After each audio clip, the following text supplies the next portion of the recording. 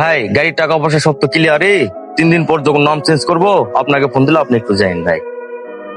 ভাই আপনার এই গাড়ি তো নতুনই দেখতেছি ভাই, সবকিছু ঠিক আছে, কিন্তু আপনি গাড়িটা বেচতেছেন কি জন্য ভাই? আর এখানে স্পট করলো কিভাবে গাড়ি? আর বলেন না ভাই, গাড়িটা খুব আসলে মায়ার ছিল।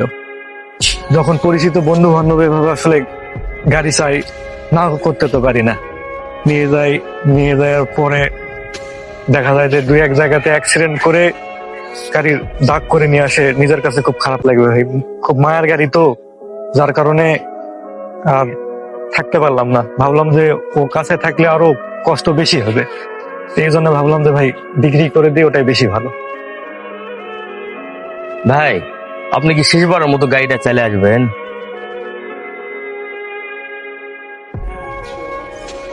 আচ্ছা ভাই, সবকিছু ঠিকঠাক বুঝে পাইছি, তাহলে থাকেন ভাই, তাহলে যাই, ভালো থাকেন।